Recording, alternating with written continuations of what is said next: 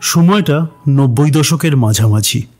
রূপালী পর্দায় ক্রমাগত অতিরঞ্জিত চড়া সুরের পারিবারিক কলহ, কোন্দল, তরজার পুনরাবৃত্তিতে ক্লান্ত, বিরক্ত এবং কিছুটা বীতশ্রদ্ধ হয়েই বাঙালি মধ্যবিত্ত রুচিশীল দর্শকেরা তৎকালীন নতুন বাংলা ছবি থেকে প্রায় মুখ ফিরিয়ে নিয়েছিলেন।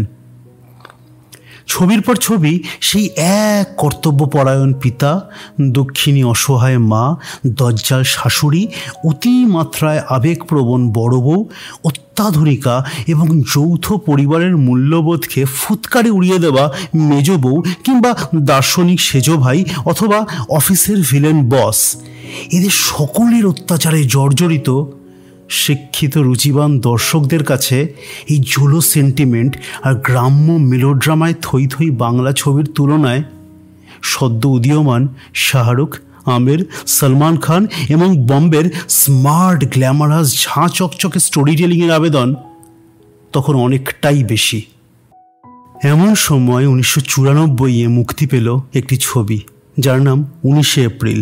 মূলত ইনডোরে শ্যুট, মা ও মেয়ের সম্পর্কের টানাপোড়েন এবং একে অপরকে নতুনভাবে চিনতে পারার একটি রাতের গল্প। উপস্থাপনা, অভিনয়, সংলাপ, কাহিনী বিন্যাস, আবহ সঙ্গীত, সেট ডিজাইনিং, এই সব কিছু মিলিয়ে এই ছবি বাংলা ছবির জগতে একটা নতুন অধ্যায়ের সূচনা করল আর জন্ম দিল এক সুপারস্টারের, এক সুপারস্টার চিত্র পরিচালকের, যার নাম ঋতুপর্ণ ঘোষ। 19শে এপ্রিলের কথা দিয়ে আজকের এপিসোড শুরু হয়েছিল। আপনারা জানেন কি যে 19শে এপ্রিল প্রথম প্রকাশ কিন্তু সিনেমায় নয়, একটি পূজাবার্ষিকীর উপন্যাস হিসেবে। নাম ছিল বাৎসরিক। তারপর রবীন্দ্র সদনে এক নাচের অনুষ্ঠান দেখতে গিয়ে বাংলা সংস্কৃতি জগতের চেনা মুখ রেণু রয়ের কাছ থেকে ঋতুপর্ণ এটি ছবি তৈরির প্রস্তাব পান এবং তৈরি হয় 19শে এপ্রিল। চিত্রনাট্যে তারিখটি ছিল 18ই এপ্রিল, কিন্তু শ্রুতিমধুরতায় সেই তারিখকে টেক্কা দিয়ে ছবির নাম হলো 19শে এপ্রিল। শোনা যায় দীপঙ্কর দে নাকি এই নামটা একদম পছন্দ করেননি।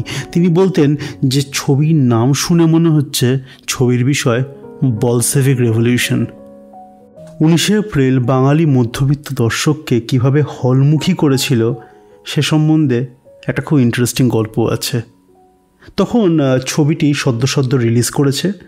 ভবানীপুরের বিজলি সিনেমার সামনে ঋতুপর্ণ দেখতে গেছেন যে ছবি কেমন চলছে, দর্শকদের প্রতিক্রিয়া ইত্যাদি। তো একটি শো শেষ হয়েছে আর একটি শো শুরু হবে। এমনই এক সন্ধিক্ষণে এক ঝালমুড়িওয়ালা ঋতুপর্ণর দিকে এগিয়ে এসে এক ঠোঙা ঝালমুড়ি এগিয়ে দিয়ে বলেছিলেন, এটা আপনি খান।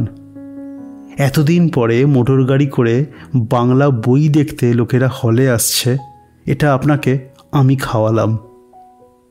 19শে এপ্রিল তৈরি হয়েছিল 16 লাখ টাকায়। একটা পার্সপেক্টিভ দিই, দেবদাস হিন্দি ছবি, তার একটি গান 4.5 মিনিটের, তার খরচ হয়েছিল 2.5 কোটি টাকা। তো শিল্প গুণ এবং বাজেটের মধ্যে সম্পর্কটা যে সমানুপাতিক নয় তার একটি উজ্জ্বল উদাহরণ হলো 19শে এপ্রিল। ঋতুপর্ণ ঘোষের কর্মজীবন শুরু হয়েছিল একটি বিজ্ঞাপন সংস্থার ক্রিয়েটিভ আর্টিস্ট হিসেবে। সেখানেও তার প্রতিভার বিচ্ছুরণে তৈরি হয়েছিল বাংলা বিজ্ঞাপন জগতের বেশ কিছু কিংবদন্তি বিজ্ঞাপন, যেমন ধরুন বড়লিন বঙ্গজীবনের অঙ্গ অথবা নিম সাবান দেখতে খারাপ মাখতে ভালো, এমনই কিছু। 1992 সালে মুক্তি পায় তার প্রথম ছবি হীরের আংটি, আর 1994 সালে 19শে এপ্রিল। তারপর 19টি ছবি এবং তাতে 12টি জাতীয় পুরস্কারের বর্ণময় অধ্যায়। এর সাথে পাল্লা দিয়ে চলেছে পত্রিকা সম্পাদনা, উপস্থাপনা, প্রবন্ধ রচনা এবং ক্রিয়েটিভ প্রডিউসার হিসেবে নানান কাজ। তবে আপনারা যারা বিএজিসি রেডিওর অনুষ্ঠান নিয়মিত শোনেন তারা হয়তো একটা ধারণা করতে পেরেছেন যে ঋতুপর্ণের ছবির ব্যাকরণ বা শিল্পের উৎকর্ষতার বিশ্লেষণ আমাদের মূল উদ্দেশ্য নয়। আমরা চেষ্টা করব এই শিল্পের উৎকর্ষতার নেপথ্যে থাকা মানুষটাকে একটু ছুঁয়ে দেখতে, তার জীবনবোধ, তার মনন, তার দর্শনের কিছুটা হদিশ পেতে। এক্ষেত্রে আমাদের কাজটা কিছুটা সহজ, কারণ প্রতিদিন পত্রিকার বিশেষ বিভাগ রবিবারের সম্পাদকীয়, যার নাম ছিল ফার্স্ট পার্সন, তার লেখাগুলোতে ঋতুপর্ণ তুলে ধরেছেন তার গভীর ভাবনা, দৈনন্দিন জীবনের খুঁটিনাটি, নিঃসঙ্গ জীবনচর্চা, হৃদয়বৃত্তির অকপট উন্মোচন। আবার কাজটা বেশ শক্ত, কারণ এই এপিসোডের প্রস্তুতি পর্বে যে অসংখ্য ইন্টারভিউ, বন্ধুদের স্মৃতিচারণ, প্রবন্ধ ইত্যাদি পড়লাম, তাতে একটা কথা মনে হয়েছে যে মানুষটা ভীষণ আন্তরিকভাবে কাছে যেমন টেনে নিতে পারতেন, তেমনি সেই মানুষটার মধ্যেও একজন নির্লিপ্ত, অন্তর্মুখী, বিষণ্ণ, অভিমানী মানুষ ছিল, যার মনের তল বা হদিশ তার খুব কাছের মানুষও হয়তো সম্পূর্ণভাবে পাননি। ফার্স্ট পার্সনের সাথে ঋতুপর্ণ যুক্ত ছিলেন 7 বছর। এই 7 বছরে প্রতি সপ্তাহে বেরোনো অসংখ্য সম্পাদকীয় থেকে কিছু নির্বাচিত লেখা বেছে চলুন চেষ্টা করা যাক মানুষটাকে একটু ছুঁয়ে দেখার। লেখার নাম যখন ফার্স্ট পার্সন এবং বিষয় ঋতুপর্ণের অন্তরঙ্গ অকপট আত্মকথন, তো থার্ড পার্সনের অন্তর্ভুক্তি করে সে লেখার রস নষ্ট করব না। তো অনুষ্ঠানের পরবর্তী কয়েকটি অংশে আমি লেখাগুলো ওই ফার্স্ট পার্সনই পড়ব, শুনতে থাকুন।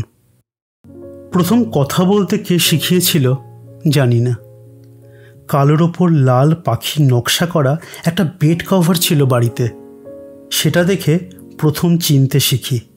তখন পাখি বলতে পারতাম না, বলতাম কাঁপি। প্রথম গান শিখিয়েছিল মাসিমণি, আলো আমার আলো গো, চান করানোর আগে তেল মাখাতে মাখাতে। প্রথম পথের পাঁচালী কিনে দিয়েছিল পিসিমণি। পিসিমণির তখনও বিয়ে হয়নি, বাবার সব থেকে ছোট বোন, শ্যামলা রং, মোটা একটা বিনুনি। অপু দুর্গার গল্প পড়ে মনে হয়েছিল পিসিমণি আমার দিদি হলে বেশ হতো। প্রথম ফাউন্টেন পেনে লিখতে শিখিয়েছিল বাবা, শিখিয়েছিল কেমন করে মহাভারত পড়তে হয়, রাজশেখর বসুর মহাভারত। রোজ সন্ধেবেলা হোমওয়ার্ক সেরে আমরা 3 জনে বসতাম, বাবা পড়তো, আমি আর ঠাকুমা শুনতাম। বাবা শিখিয়েছিল কেমন করে জাদুঘর দেখতে হয়, শিখিয়েছিল উত্তর ভারতের মন্দিরের সঙ্গে দক্ষিণ ভারতের মন্দিরের তফাৎ কী, শিখিয়েছিল ইউ ছাড়া শুধু কিউ দিয়ে ইংরেজি বানান হয় না, শিখিয়েছিল ইংরেজি হরফের আসল নাম রোমান। মা গান গাইতে পারতো না, তাই সঞ্চয়িতা পড়ে ঘুম পাড়াতো আমাকে, সেই আমার রবীন্দ্রনাথে হাতে খড়ি। মা যে আদতে ছবি আঁকিয়ে সে কথা মনেই থাকতো না। একদিন সন্ধেবেলা বিছানায় বসে হোমওয়ার্ক করছি, আর তার সামনে বসে আমারই একটা পুরনো খাতার পেছনের পাতায় পেন্সিল দিয়ে আঁকিবুকি কাটছে মা। ঝুঁকে পড়ে দেখি মা স্কেচ করছে, বিছানার ওপাশের টেবিল ফ্যানটির স্কেচ। সেদিনই শিখলাম 3 ডানাওয়ালা ফ্যানটা আসলে 3 পাপড়ি মেলা ফুল। ঠাকুমা শিখিয়েছিল কাঁচা লঙ্কার রং সবুজ আর শুকনো লঙ্কা লাল, শিখিয়েছিল প্রথম পাতে তেতো খাওয়ার পর জল খেলে মিষ্টি লাগে, শিখিয়েছিল গরমকালের কুঁজো আর শীতকালের কাঁথা। পঞ্চুপিসি শিখিয়েছিল বৃহস্পতিবারের আরেক নাম বৃহস্পতিবার, আর সন্ধ্যের পর সাপের নাম লতা। চিঙ্কু আমার ভাই প্রথম শেখালো বড় হয়ে যাওয়া। প্রথম মিথ্যে কথা কে শিখিয়েছিল মনে নেই। এক এক করে ছেড়ে চলে গিয়েছে যে মানুষগুলো, তারা শিখিয়ে গিয়েছিল শুধু আরও কষ্ট পাবো বলেই বেঁচে থাকাটা কত সুন্দর। বাংলা ভাষা নিয়ে অহংকার করতে শিখিয়েছে রবীন্দ্রনাথ, সুকুমার রায়, শিবরাম, মুজাদ্বা আলী। সত্যজিৎ প্রথম শিখিয়েছেন ক্যামেরা দিয়ে গল্প বলা যায়, চাইলে কবিতাও। মা চলে গিয়ে দুটো জিনিস শিখিয়ে দিয়ে গেল। মারা আসলে অমর, আর মা ছাড়া বাবারা বড্ড অসহায়। কথা হচ্ছে, এত কিছু শিখেও এমন একটা আস্ত অপগণ্ড তৈরি হলাম কি করে? তখনও আমাদের বাড়িটা দোতলা হয়নি। মেজানিন ফ্লোরের পশ্চিমমুখ ঘরটায় একটা ছোট্ট লাগোয়া বারান্দা ছিল। সকালগুলো ছিল ছায়া ঢাকা। বিকেলের পর বারান্দা ঘেঁষে হেলে পড়ত বেলা শেষের কমলা লেবু রোদ। দুপুরের পর থেকেই বারান্দাটা নিকোনো চকচকে শান্ত, কেবল আচারের বয়াম আর শুকোতে দেওয়া বড়ি ঘিরে কাকচড়ুইদের জটলা। আর দুপুরের ঘুমে থিতিয়ে পড়া ঠাকুমার থেকে থেকে হাত পাখা ঠোকা। সকালবেলায় বারান্দায় বসত ঠাকুমার রান্নাঘর। ঠাকুমা তখনকার দিনে বিধবা, সপা কাহার ছাড়া খেত না। মা অনেক বলেছিল, লাভ হয়নি। বহু চেষ্টা করেও সারা জীবন ঠাকুমাকে চটি জোড়া পরাতে পারেনি মা। শীত গ্রীষ্ম কাদা মাটি, ঠাকুমা খালি পা। একাদশীর দিনটাকে আমি এখনও মনে মনে চিনি ঠাকুমার বড় কাঁসার জামবাটিটা দিয়ে। ওতে করে খই দুধ খেত ঠাকুমা। তাছাড়া মাসের বাকি দিনগুলোতে চান করে সকাল 9টা সাড়ে 9টার মধ্যেই ঠাকুমার রান্না বসে যেত। আতপ চালের ভাত ফুটত বাড়িময় এক অপূর্ব সুবাস ছড়িয়ে। তার সঙ্গে কাঁচা কলা আর মুগ ডাল সেদ্ধর গন্ধ ম ম করত আমাদের পশ্চিমের বারান্দা জুড়ে। আমি এক কোণে একটা ছোট্ট মোড়ায় বসে ঠাকুমার রান্না দেখতাম। মা পই পই করে বারণ করতো, কাছে যাবে না কিন্তু। প্রথমে ভাবতাম উনুনের ভয়, পরে বুঝেছি পাছে ঠাকুমাকে ছুঁয়ে দিই। একগাল হেসে জড়িয়ে ধরবে আমায়, বলবে না কিচ্ছু, চুপটি করে গিয়ে আবার চান করে আসবে। মধ্যে থেকে রান্নাটা ফেলা যাবে পুরো। ঠাকুমার রান্নার জোগাড় দেখাটা ছিল বড় আনন্দের। মোচার খোসা ছাড়িয়ে তারই এক কোণে গুছিয়ে রাখত লাল আর সবুজ লঙ্কা কুচি। এর থেকে ভালো আলপনা দেওয়া আমি আর দেখিনি। রান্না করতে করতে গল্প বলতো ঠাকুমা। মনসামঙ্গলের গল্প, কাঠুরের গল্প, রূপবান কন্যা, শঙ্খমালী রাজকুমারীর গল্প। গল্পগুলো তেমন আহামরি যে কিছু লাগতো তা নয়। ঠাকুমা যে চমৎকার গল্প বলিয়েছিল তাও নয়।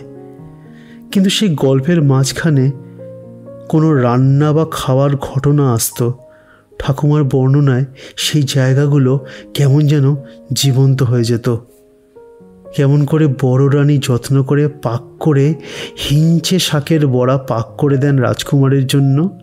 কেমন করে ফুল্লোড়ার পান্তা ভাত স্বাদু হয়ে উঠল কাগজে লেবু আর লাল টুকটুকে লঙ্কার গুণে। এই ছিল আমার সঙ্গে অন্ধর আখ্যানের প্রথম সম্পর্ক। আমার ঠাকুরদা মারা যাওয়ার পর ঠাকুমা বেঁচে ছিল প্রায় 30 বছর, আমিষের ছায়া না মারিয়ে। একদিন মনে আছে, আমি তখন আর একটু বড়। সকালবেলা বাবা বাজারে যাবে, ঠাকুমা দ্বিধা পায় দরজায় এসে দাঁড়ালো। একটু চিতল মাছ আনস তো। আমরা সবাই অবাক। মা বাবাকে বাজারের টাকা দিচ্ছিল। খোলা হাত ব্যাগ বন্ধ না করে তাকিয়ে রইল ঠাকুমার দিকে। কাল স্বপ্ন দেখছি চিতল মাছ রাত্তাসি। দিনের অবচেতনই নাকি রাতের স্বপ্ন।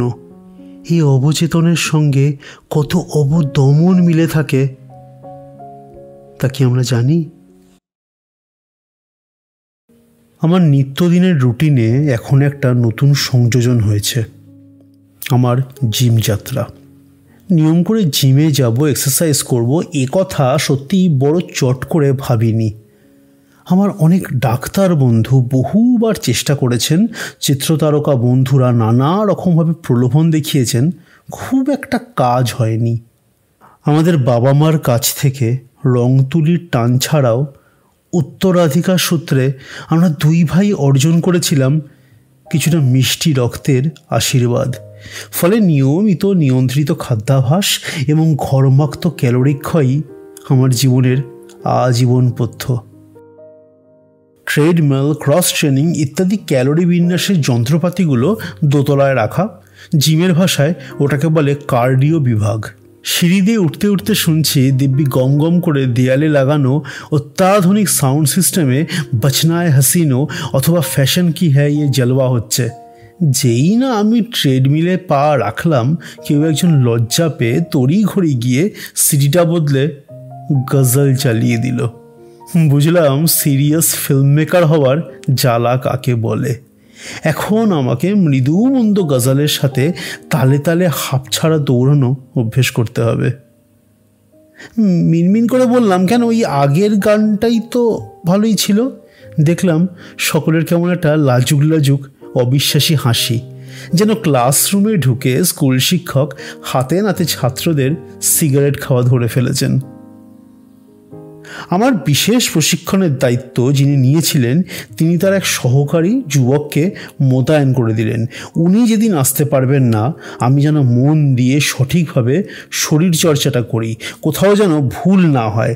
আর সেই অল্প বয়সী ছেলেটি পদে পদে ঋতুপর্ণ ঘোষের বিস্তর ভুল ধরতে পেরে এবং শুধরে দিতে পেরে বেশ ভারিক্কি ভাব করতে রইল।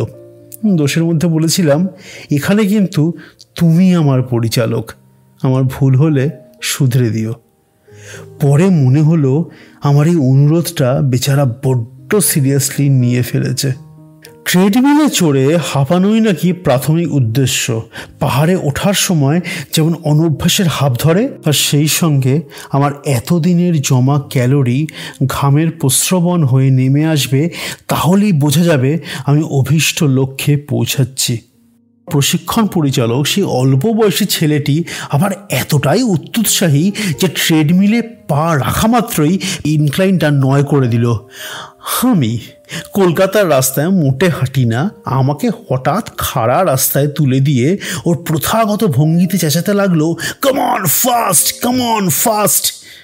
একদিকে জগজিৎ সিংয়ের গজল, অন্যদিকে অত্যুৎসাহী যুবার চিৎকার। আমার তো দমের দফা রফা, জিভ গলা শুকিয়ে একাকার। হাঁপাতে হাঁপাতে ইনক্লাইনের বোতামের দিকে হাত বাড়িয়েছি 9টা কমাবো বলে। আমার প্রশিক্ষক তরুণ হাঁ করে এলো, আরে না না না না, আরও 5 মিনিট, নইলে ফ্যাট ঝরবে কি করে। সত্যি তো, হাঁপাতে হাঁপাতে গজলের তালে মাথা নাড়তে নাড়তে আবার কাল্পনিক পর্বত পথ। সহকারী যুবা কিছুক্ষণ আমায় দেখলো, তারপর তার চিয়ার স্লোগান বদলে চেঁচাতে লাগলো, জয় মাতা দি, জয় মাতা দি। প্রথমটা ধরতে পারিনি, একটু পরে মনে পড়ল বৈষ্ণোদেবীর তীর্থযাত্রার অনেকটাই বোধহয় কোনো এক পার্বত্য পথে। কি আর করি, বৈষ্ণোদেবীর নাম করতে করতেই আবার ট্রেডমিলে মনোনিবেশ করলাম। আর একবার ভাবলাম ওকে চুপি চুপি বলি, বাঙালি হলে ওই ভোলে বাবা পারকারেগাটাও ট্রাই করতেই পারো।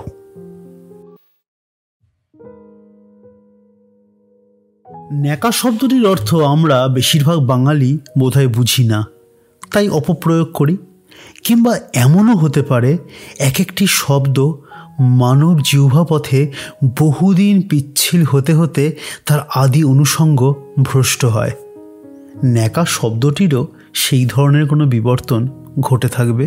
ন্যাকা শব্দটির প্রচলিত প্রয়োগ থেকে একটা মানে করে নেওয়া যায় বাহুল্য বিশিষ্ট কপট ভনিতা সর্বস্বতা, অর্থাৎ যিনি সবসময় স্বাভাবিক পরিস্থিতিতেও এক ধরনের অতিরিক্ততার আশ্রয় নিচ্ছেন, বেশি বেশি করে লজ্জা পাচ্ছেন, বেশি বেশি রেগে যাচ্ছেন বা বেশি স্পর্শকাতরতার ভাব দেখাচ্ছেন।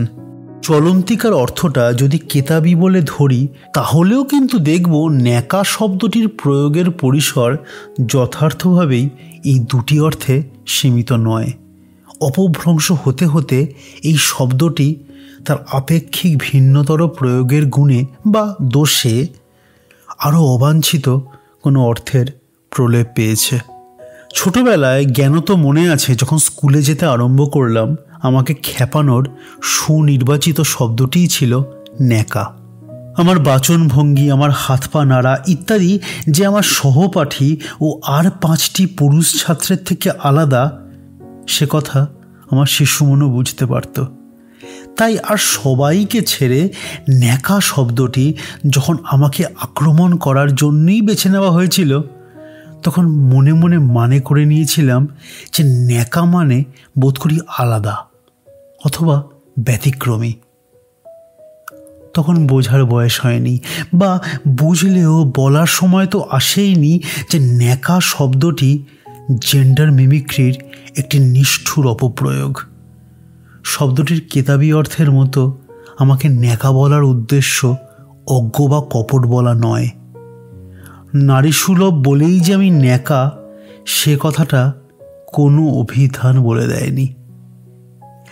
একটু যখন বড় হলাম, গলায় সামান্য হলেও প্রতিবাদের সুর ফুটল, তখন কয়েকবার প্রত্যুত্তরে বলেছি বলে মনে আছে, আমি ন্যাকা নই, আমি মেয়েলি। তোমরা দুটো তফাৎ জানো না। একা মানে কি? ঘুমের মধ্যে অবচেতন সোহাগে পাশে হাত বাড়িয়ে কাউকে কাছে টেনে নিতে গিয়ে নিঃশব্দ উপহাস। কাজ থেকে ফিরে এসে বাকি কতগুলো আসবাবের সঙ্গে নিত্যকার নৈর্ব্যক্তিক মুখোমুখি। অনেক কাজের মধ্যে বাইরে কখন রাত ঘন হয়ে এসেছে, হঠাৎ যখন খেয়াল হলো যে এবার মধ্যরাত্রি অথচ কেউ খেতে ডাকেনি, তখন নিজের উপর অজানিত রাগ আর স্মৃতি বা কল্পনার কোনো এক অনুপস্থিত মানুষের জন্য নিভৃত অভিমানী দীর্ঘশ্বাস। না হঠাৎ পাওয়া কোনো আনন্দ সংবাদে ফোনের নম্বরে আঙুল পৌঁছেও বিশেষ কোনো একটা নাম খুঁজে না পাওয়া এবং অগত্যা সেই আনন্দকে হয় পুরোপুরি গিলে ফেলা, বা 4-5 জন সাম্প্রতিক পরিচিত জনের মধ্যে যার নম্বর সহজে পাওয়া যায় তাকে কোনোভাবে খবরটা চালান করে দেওয়া, আর তারপর সারাক্ষণ একটা অস্বস্তির মধ্যে ভোগা যে ভাবলো না তো শোনানোর জন্যে বললাম। একা মানে কি? পৃথিবী জুড়ে অনেক মানুষ আছেন যারা সত্যিকারের কোনো সঙ্গী খুঁজে পাননি বলে একা। কেউ বা পরম পছন্দের মানুষের সঙ্গে থাকতে গিয়ে এক ক্রমিক চরম অপছন্দের সহাবস্থান মেনে নিতে পারেননি বলে একা। আবার কেউ তার নিষ্করুণ জীবনের কাছে প্রাণের মানুষকে নিরুপায় অনিচ্ছায় উৎসর্গ করেছেন বলে একা। একা মানে যদি নিঃসঙ্গতার কথা বলি, এরা নিঃসন্দেহে সকলেই একা।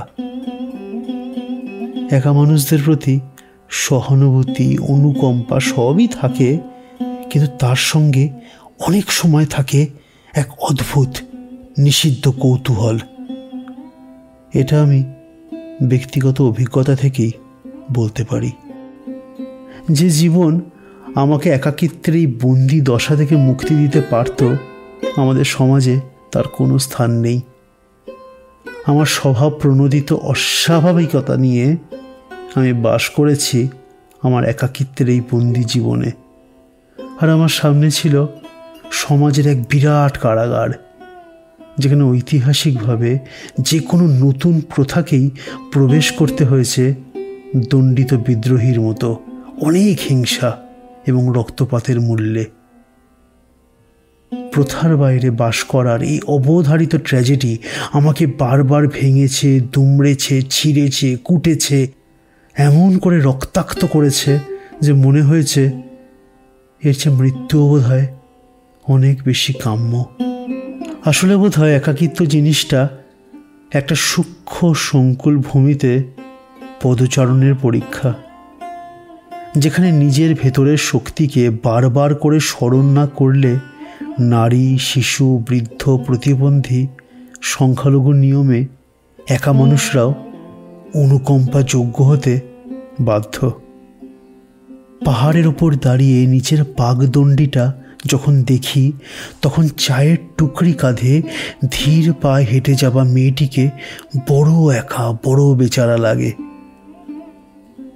কখনো ভেবে দেখি না, সেও যদি চোখ তুলে তাকায় অসীম আকাশের গায়ে পাহাড়ের উপর দাঁড়িয়ে থাকা মানুষটাকে, তারও বড় একা লাগবে।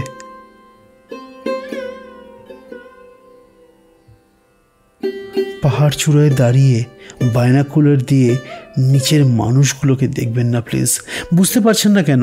তারা যদি ওপরের দিকে চোখ তুলে তাকায়, তারা তো আপনার চোখ দুটো দেখতে পাচ্ছে না, দেখছে দুটো ঠুলি।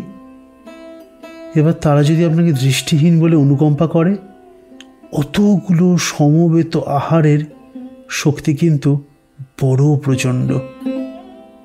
পাহাড়ের নিচে খাদ, তার নিচে কালো স্রোত।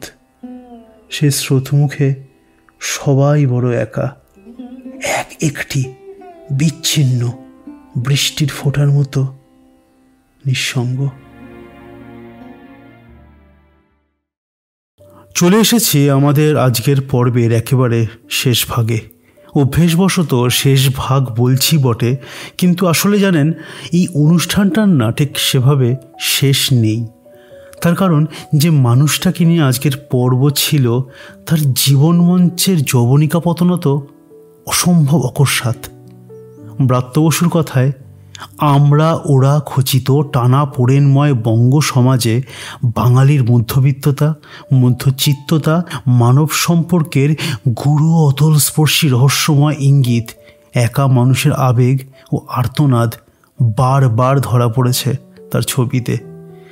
কোনো গবেষক যদি গত শতাব্দীর ৯-এর দশক থেকে বঙ্গজীবন নিয়ে গবেষণা করেন, তার নানা সম্ভাবনা ও সীমাবদ্ধতা তিনি খুঁজে পাবেন যে কটি মাধ্যমে। তার অন্যতম হল ঋতুপর্ণ ঘোষের সিনেমা। আত্মপরিচয় বদল করা শুরু হয়ে গিয়েছিল স্কুলে ভর্তির সময় থেকে। বার্থ সার্টিফিকেটে তার নাম ছিল সৌরনীল ঘোষ। মহাভারতের প্রিয় চরিত্রের নামে ঋতুপর্ণ নামটা তার নিজের নেওয়া। সেই থেকেই হয়তো কখনো প্রকৃতির বিরুদ্ধাচরণ করেই সারা জীবন নিজেকে নিজের ইচ্ছে মতো করে উপস্থাপনা করার এই অনন্ত জেদ ও লড়াইটাই একজন এত বড় প্রতিভার সম্পূর্ণ বিকাশের সুযোগটাই দিল না। দেবী চৌধুরানী করার কথা ছিল খুব বড় স্কেলে। কথা ছিল অমিতাভ বচ্চনকে নিয়ে কাবুলিওয়ালা করার। মহাভারত নিয়ে খুব বড় স্কেলে কাজ করার ইচ্ছেটা বহুদিন ধরেই ছিল, সবটা বাকি রয়ে গেল। সেই না হওয়া কাজগুলোর, সেই অপূর্ণ থেকে যাওয়া স্বপ্নগুলোর কথা ভেবে আজকের পর্ব শেষ হলো। ভালো থাকবেন। আপনাদের সাথে ছিলাম আমি, অভিষেক।